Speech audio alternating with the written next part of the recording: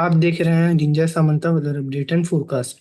तो आज के वीडियो की शुरुआत करें तो अभी मैंने पिछले वीडियोस में बताए थे कि एक सिस्टम बंगाल की खाड़ी में बन रहा है। अभी मैं पिछले 3-4 दिन से वीडियो नहीं दे पा रहा हूँ। तो अभी ये जो लो प्रेशर एरिया ऑलरेडी ये बन चुका है। अभी क्या हुआ था कि एक साइक्लोनिक सर्कुलेशन, तो मैंने जैसे बोला था ऑलरेडी बन चुका वो सिस्टम। और म्यांमार में जो म्यांमार और थाईलैंड होता हुआ जो टाइफून आया था वो, और ये साइक्लोनिक सर्कुलेशन दोनों एक तो मर्ज हो गया और बंगाल की खाड़ी में ये जो सिस्टम फिर से प्रवेश किया, तो इसको एक बार फिर जो है मॉइस्चर मिला है, फिर से सशक्त हुआ और अब ये सिस्टम काफी करीब पहुंच चुका है। आप अभी देखिए फिलहाल की स्थिति। तो ये जो सिस्टम है ये ऑलरेडी जो है ये उड़ीसा से सटे हुए आंध्र प्रदेश में ऑलरेडी सिस्टम पहुंच चुका है। पूर्वी हवाएं लगातार अभी काफी तेजी से, यहाँ पर आप देख सकते हो। अभी हवाओं की स्थिति तो बाद में बताऊंगा। तो पूर्वी हवाएं क्योंकि पहुंच रही है, सिस्टम पहुंच चुका है, तो आप अभी बादलों की स्थिति में देख सकते हो कि उड़ीसा और छत्तीसगढ़ में काफी घने बादल छाए हुए हैं। कल पूर्वी भारत और उत्तर पूर्वी भारत के कई इलाकों में भी वर्षा गतिविधियां दिखी है। रायपुर में भी कल बारिश हुई है। उड़ीसा के भी कई इलाकों में वर्षा गतिविधियां दिखी है और अभी ये जो वर्षा गतिविधियां हैं वो जारी रहेगी कम से कम 6 या 7 तारीख तक। अभी तो बारिश गतिविधियां काफी अच्छी जारी रहने वाली है। उत्तर पश्चिम भारत फिलहाल एकदम शुष्क और साफ बना हुआ है। उत्तर पश्चिमी हवाएं चल रही है, पर ये सिस्टम यहाँ तक जाएगा तो ये वर्षा गतिविधियां आगे देगा। अभी हालांकि मौसम शुष्क ही बना हुआ है और दक्षिण भारत में भी उतने बादल नहीं है, पर हाँ तमिलनाडु और तेलंगाना तक ये सिस्टम अ, बादलों का स्प्रेड अभी फिलहाल जो पूर्वी मध्य प्रदेश और पूर्वी उत्तर प्रदेश के इलाके तक, विदर्भ तक बना हुआ है। तो और मॉनसून की अगर बात करूं तो मॉनसून ये जो है 2 अक्टूबर को मॉनसून तो यहाँ से विदा हुआ। 29 सितंबर से 2 अक्टूबर तक के बीच पंजाब हो गया, हरियाणा, दिल्ली, हरियाणा के ज्यादातर इलाके, दिल्ली और दक्षिणी जो जम्मू कश्मीर का इलाका है, जम्मू वगैरह, राजस्थान के मध्य इलाके तक। और कल 3 अक्टूबर को भी मानसून की विदाई घोषित की गई, क्योंकि लगातार यहाँ पर अभी फिलहाल उत्तर पश्चिमी हवाएं चल रही है। तो ये जो 3 अक्टूबर को मानसून उत्तराखंड के पूर्वी इलाके, सॉरी पश्चिमी इलाके, जो देहरादून वगैरह हो गए और पूरा हिमाचल प्रदेश और पूरा जम्मू कश्मीर और लद्दाख का जो भी बचा इलाका था वो, और पश्चिमी उत्तर प्रदेश के कुछ इलाके जो मेरठ, मुजफ्फरनगर और जगाधरी वगैरह जो है, बुलंदशहर वगैरह, ये जो एकदम पश्चिमी उत्तर प्रदेश है, यहाँ से मानसून विदा हुआ है। और साथ ही मध्य प्रदेश के कुछ एकदम जो उत्तर पश्चिमी इलाके जो कि राजस्थान से सटे हुए हैं, और राजस्थान के शेष इलाके एकदम पूर्व तक राजस्थान में भरतपुर वगैरह, जयपुर, कोटा, बूंदी, भीलवाड़ा के दक्षिण और पूर्वी राजस्थान से भी मानसून विदा हो चुका है। गुजरात के ज्यादातर इलाकों को भी मानसून अलविदा कह चुका है। केवल ये आप देखिए गांधीनगर से भी मानसून कल विदा हो गया, काफी तेजी से गुजरात से मानसून विदा हुआ है। केवल पूर्वी गुजरात में कुछ इलाके, सूरत, वलसाड, नवसारी, वडोदरा, भरूच, इस इलाके में मानसून बस विदा होना रह गया है। और मध्य भारत से भी हालांकि यहाँ इस इलाके से भी मानसून विदा होना रह गया। और अभी हालांकि मानसून का विदाई हो सकता है कि घोषित अभी फिलहाल लग रहा है ना हो, क्योंकि जो सिस्टम अभी आया है एक बार फिर उत्तर पश्चिमी हवाओं में ब्रेक लगाएगा। और जैसे पूर्वी हवाएं बढ़ती है तो आपको पता है कि नमी बढ़ जाएगी, बारिश गतिविधियां शुरू हो जाएगी, तो मानसून की विदाई रुक जाएगी। और एक बार फिर जो मानसून है वो कम से कम 12-13 तारीख के बाद ही कुछ स्थितियां नजर अनुकूल हो सकती है मानसून की विदाई में। तो अभी फिलहाल जो हवाओं की स्थिति आप देखिए, तो सिस्टम तो फिलहाल बना हुआ है, ये लो प्रेशर एरिया, और ये एक वेलमार्क लो प्रेशर एरिया भी बन सकता है मध्य भारत में पहुंचते पहुंचते। तो अभी पूर्वी हवाएं लगातार बंगाल की खाड़ी की तरफ से पश्चिम बंगाल और बिहार होती हुई ये पूर्वी उत्तर प्रदेश तक, उत्तर भारत में पूर्वी और पश्चिमी उत्तर प्रदेश तक फिलहाल पहुंचने लग गई है। ट्रफ रेखा अभी फिलहाल आप देखिए इस सिस्टम से, मिरर सिस्टम ये है। ये लो प्रेशर एरिया, यहाँ से ट्रफ रेखा इस प्रकार जा रही है, जो उत्तराखंड और हिमाचल तक होती हुई, पंजाब तक होती हुई, ये ट्रफ रेखा नीचे तक, नीचे एक ट्रफ रेखा जा रही है, लेकिन नीचे के ट्रफ रेखा में उतना भी कोई भारत पे असर नहीं दिख रहा है। भारत में मेन असर इस सिस्टम का दिख रहा है, और ये जो ऊपर में जो ट्रफ रेखा जा रही है फिलहाल उत्तर भारत तक, इसका भी काफी ज्यादा असर दिख रहा है। और हवाएं आप साफ साफ देख सकते हो कि यहाँ से जो उत्तरी हवाएं आ रही है पर इस सिस्टम में, एक तो यहाँ पे मिल रही है, फिर यहाँ से ये ट्रफ रेखा को पार करती हुई इन इलाकों में भी जो है पूर्वी हवाएं जो है बंगाल की खाड़ी की तरफ से पहुंच रही है। छत्तीसगढ़, उड़ीसा, विदर्भ में अभी धीरे धीरे मिक्सिंग शुरू हो गया है। दिल्ली वगैरह के आसपास तक अभी धीरे धीरे इन हवाओं का असर धीरे धीरे कहीं ना कहीं शुरू हो रहा है। मध्य प्रदेश के भी कई इलाकों में इन हवाओं का असर दिख रहा है। हालांकि राजस्थान फिलहाल अछूत है, पर राजस्थान में भी कुछ वेदर एक्टिविटी दिखेगी इस सिस्टम के चलते। तो उत्तर भारत से शुरुआत करें तो अभी गिलगित बाल्टिस्तान, मुजफ्फराबाद, लद्दाख, यहाँ पर कोई सशक्त पश्चिम विक्षोभ नहीं है। पश्चिम विक्षोभ तो आपको होता है अक्टूबर के सेकंड थर्ड वीक के बाद शुरू होता है, बहुत सशक्त वाले आते हैं। अभी उतना सशक्त नहीं है, यानी कि वेस्टर्लीज के प्रभाव से और एक हल्का पश्चिम विक्षोभ बना हुआ है। इसके चलते गिलगित बाल्टिस्तान, लद्दाख वगैरह के कुछ ऊंची पहाड़ियों में हल्की फुल्की बारिश होती है और बहुत हल्की बर्फबारी वगैरह हो सकती है। और अभी पूर्वी हवाएं आने के चलते उत्तराखंड और हिमाचल में कहीं कहीं पर अगले 24 घंटों के दौरान हल्की बारिश गतिविधियां दिख सकती है। फिलहाल अधिक बारिश नहीं होगी, मैं बोल रहा हूँ फिलहाल नहीं होगी, आगे हालांकि बहुत अच्छी वर्षा चीजें यहाँ पर दिखेगी। उसके बारे में आपको आगे बताऊंगा, अभी बता दूंगा कुछ जिस मतलब यानी कि जिस बता दूंगा, पर आगे यानी कि डिटेल में मैं आगे आगे के वीडियोस में बताऊंगा। उत्तर पश्चिमी हवाएं फिलहाल पंजाब और हरियाणा के कई इलाकों में चल रही है, इसके चलते यहाँ पर मौसम शुष्क और गर्म बना रहेगा। और फिलहाल और पूर्वी हवाएं कहीं ना कहीं हरियाणा के पूर्वी इलाकों के साथ साथ दिल्ली और पूरे उत्तर प्रदेश में पूर्वी हवाओं का जो फ्लो है वो अभी बढ़ता हुआ नजर आ रहा है। तो दिल्ली में फिलहाल तो बारिश होने की संभावना नहीं है, पर पश्चिमी उत्तर प्रदेश के कई इलाकों में हल्की फुल्की बारिश या बादल छा सकते हैं अगले 24 घंटों के दौरान। बारिश की गतिविधियां 5 या 6 तारीख से काफी बढ़ने की संभावना बनी हुई है।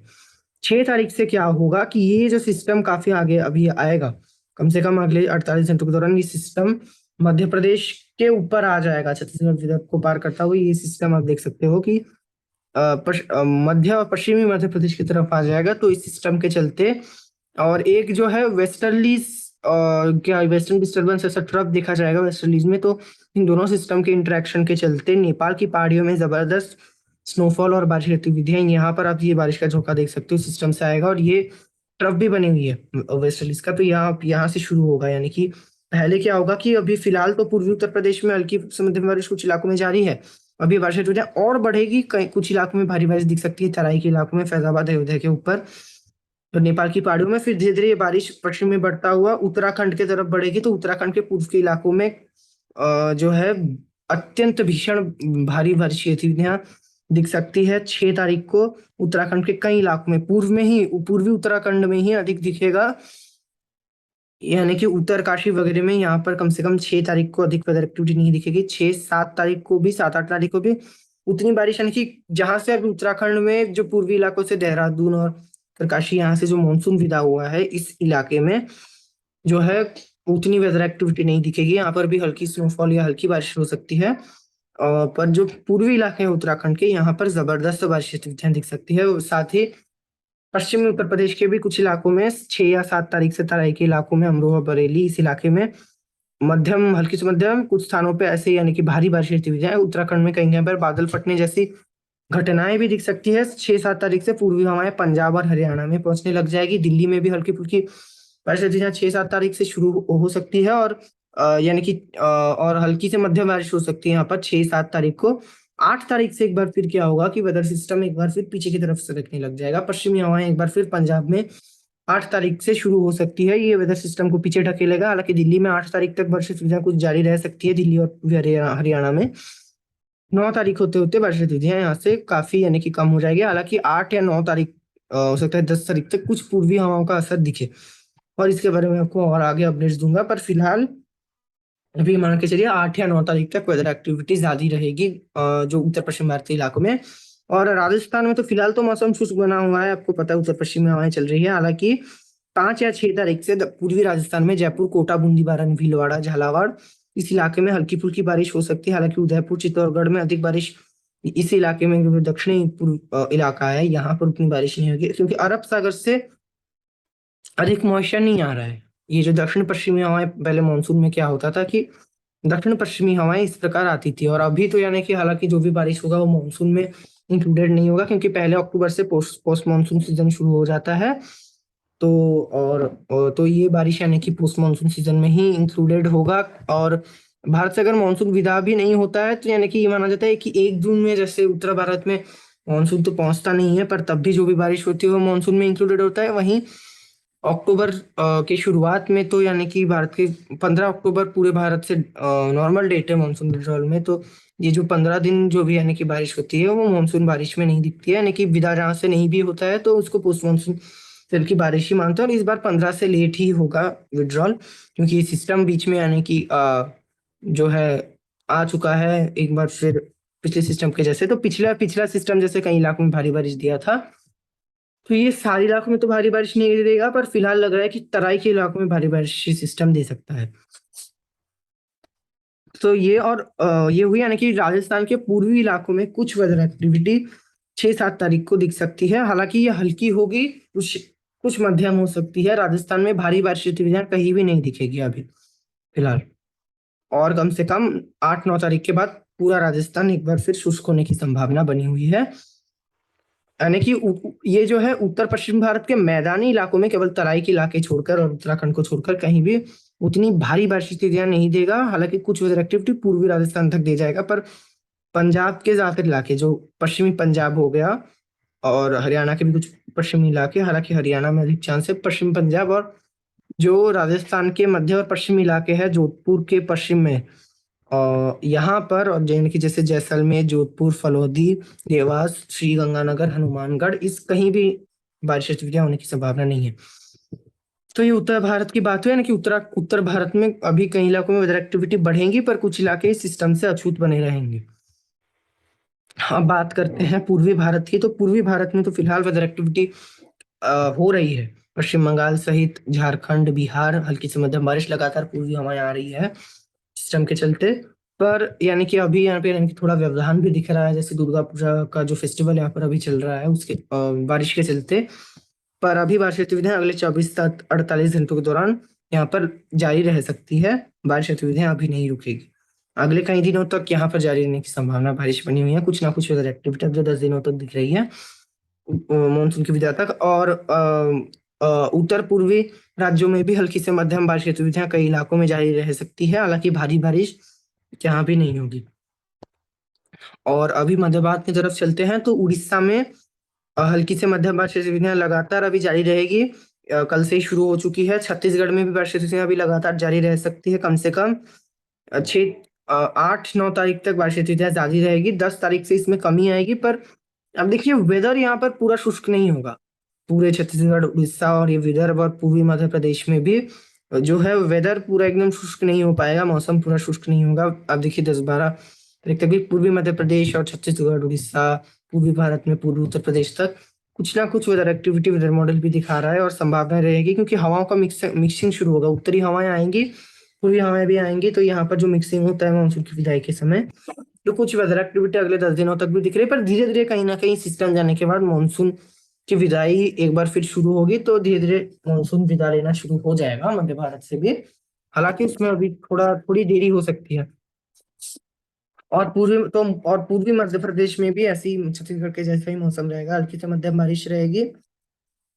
और छत्तीसगढ़ में भी जैसे इस इलाके में भी जैसे वेदर सिस्टम और सशक्त होगा और आगे आएगा, तो 5 से 6 तारीख के बीच यहाँ पर पीक रह सकता है। 7-8 तारीख से वेदर एक्टिविटी कम होना शुरू हो जाएगी, और 9 तारीख 10 तारीख होते होते काफी कम हो सकती है वेदर एक्टिविटी, काफी मतलब हालांकि कुछ ना कुछ जारी रहेंगे। और मध्य पश्चिमी जो मध्य प्रदेश है और विदर्भ है, यहाँ पर फिलहाल तो विदर्भ में अधिक वेदर एक्टिविटी नहीं है, पर कल से यहाँ पर भी वेदर एक्टिविटी शुरू हो जाएगी। मध्य प्रदेश के जिस इलाके में नहीं हो रही है, भोपाल, इंदौर में भी मॉइस्चर पहुंचना शुरू हो जाएगा, और 6-7 तारीख को यहाँ भी पीक रहेगा, और 8-9 तारीख से यहाँ भी वेदर एक्टिविटी काफी ज्यादा कम हो जाएगी। मध्य महाराष्ट्र में वेदर एक्टिविटी काफी कम होगी, पुणे, नासिक इस इलाके में। हालांकि अकोला, जलगांव यहाँ पर सिस्टम के चलते विदर्भ वगैरह से मॉइस्चर आ सकता है, यहाँ से यानी सिस्टम के चलते विदर्भ से बादल मूव कर आ सकते हैं, तो हल्की से मध्यम बारिश जलगांव तक दिख सकती है। हालांकि औरंगाबाद, अहमदनगर, इसके आगे नासिक, पुणे, यहाँ पर हल्की बारिश होगी। वेदर एक्टिविटी अब यहाँ अधिक नहीं होगी। मुंबई में भी कुछ ना कुछ वेदर एक्टिविटी चल रहेगी, पर भारी बारिश गतिविधियां यहाँ पर होने की संभावना नहीं है। ये गुजरात में बारिश गतिविधियां अभी तो कच्छ का इलाका पूरा शुष्क रहेगा, और पूर्वी गुजरात के केवल कुछ इलाकों में वडोदरा, सूरत, अहमदाबाद यहाँ पर, और सूरत, वलसाड, नवसारी यहाँ पर कुछ हल्की बारिश होने से होगी। हालांकि महिसाना, पाटन, अहमदाबाद और बनासकांठा, साबरकांठा यहाँ पर वेदर एक्टिविटी होने की संभावना काफी ज्यादा कम बनी हुई है। तो ये हुई मध्य भारत की बात। और अभी दक्षिण भारत की तरफ चले तो जो कोंकण का एरिया होगा यहाँ पर बारिश गतिविधियां एकदम मौसम शुष्क नहीं होगा, कुछ हल्की बारिश गोवा और पूरा जो महाराष्ट्र का जो कोस्टल एरिया है कोंकण का, यहाँ पर जो पश्चिम घाट का एरिया है यहाँ पर बारिश गतिविधियां हल्की जारी रहेगी, हल्की से मध्यम, भारी बारिश नहीं होगी पर कुछ ना कुछ वेदर एक्टिविटी हो सकती है। अभी आप देखिए जो मानसून का सर्ज है वो काफी ज्यादा वीक हो चुका है अभी, यानी कि दक्षिण पश्चिमी हवाएं तो आ रही है पर काफी वीक हो चुका है, तो यानी कि उतनी तेजी से मॉइस्चर यहाँ पर नहीं पहुंचेगा तो उतनी बारिश नहीं दिखेगी, और आने वाले 10 दिनों में तो आप देखिए और भी ये वीक हो जाएगा। हालांकि एक सिस्टम फॉर्म होगा चक्रवातियों का क्षेत्र, आप देख पा रहे होंगे 13 तारीख को, उसके बारे में आगे मैं आपको अपडेट दूंगा, अगर में फॉर्म होगा मैं आगे आपको अपडेट्स दूंगा। और दक्षिण भारत के दूसरे इलाकों की बात करें तो केरला और तटीय कर्नाटका में अभी हल्की बारिश होगी, हल्की से मध्यम। साथ ही जो तमिलनाडु का एरिया है यहाँ पर भी अभी कुछ वेदर एक्टिविटी शुरू हो सकती है पर भारी बारिश यहाँ नहीं होगी। हालांकि ये तमिलनाडु के कुछ तटीय इलाकों में स्पेशली हल्की बारिश हो सकती है, हल्की से मध्यम। उत्तरांतरिक कर्नाटका में हल्की बारिश हो सकती है, काफी हल्की अधिक नहीं हुई। तेलंगाना में 6 तारीख को, 5, 6, 7 तारीख को वेदर एक्टिविटी हल्की से मध्यम होगी। आंध्र प्रदेश में फिलहाल ये सिस्टम क्योंकि काफी करीब है तो आंध्र प्रदेश के उत्तरी इलाकों में उड़ीसा से सटा सटा हुआ श्रीकाकुलम, विशाखापट्टनम और उड़ीसा के भी कुछ तटीय इलाकों में भारी बारिश दिख सकती है अगले 24 घंटे से 48 घंटों के दौरान। कम से कम 7 तारीख के बाद वेदर एक्टिविटी थोड़ी कम होगी पर अभी हल्की से मध्यम बारिश यहाँ पर जारी रहेगी, कुछ भारी बारिश स्पेल्स के साथ। रायलसीमा में फिलहाल तो काफी हल्की बारिश रहेगी पर जब पूर्वी हवाएं यहाँ पर भी है, यानी कि अभी आप देखिए फिलहाल क्या हो रहा है कि हवाएं यहाँ पर ऐसे आ रही है, उत्तरी दिशा से शुष्क हवाएं आकर सिस्टम में मिल रही है, इस प्रकार तेलंगाना में भी। तो फिलहाल तो मौसम यहाँ पर उतना बारिश वाला नहीं रहेगा, काफी हल्की फुल्की बारिश होने से होगी तेलंगाना और यहाँ पर। तेलंगाना में तो होने की संभावना भी काफी कम है पर कम से कम 6, 7 तारीख के बाद हवाएं बदलकर ऐसे हो जाएंगी, सिस्टम आगे जैसे बढ़ेगा तो हवाएं यानी कि इस प्रकार आएंगी, ऐसे पूर्वी दिशा से हवाएं आएंगी तो बारिश बढ़ेंगी उस समय, तो रायलसीमा में भी हल्की से मध्यम बारिश शुरू हो जाएगी। तो ये रहेगा भारत का अगले 24 से 48 घंटों का मौसम। आगे का अपडेट्स के लिए देखते रहिए मेरे चैनल को। और ये यानी कि इस बार जो भारत का मानसून है वो यानी कि 6% प्लस के साथ जो है विदा हुआ है, ये भी यानी कि सूचना मुझे देनी थी। तो यानी कि मानसून इस बार का अच्छा ही रहा है। तो आगे के अपडेट्स के लिए देखते रहिए मेरे चैनल को। जय जय भारत।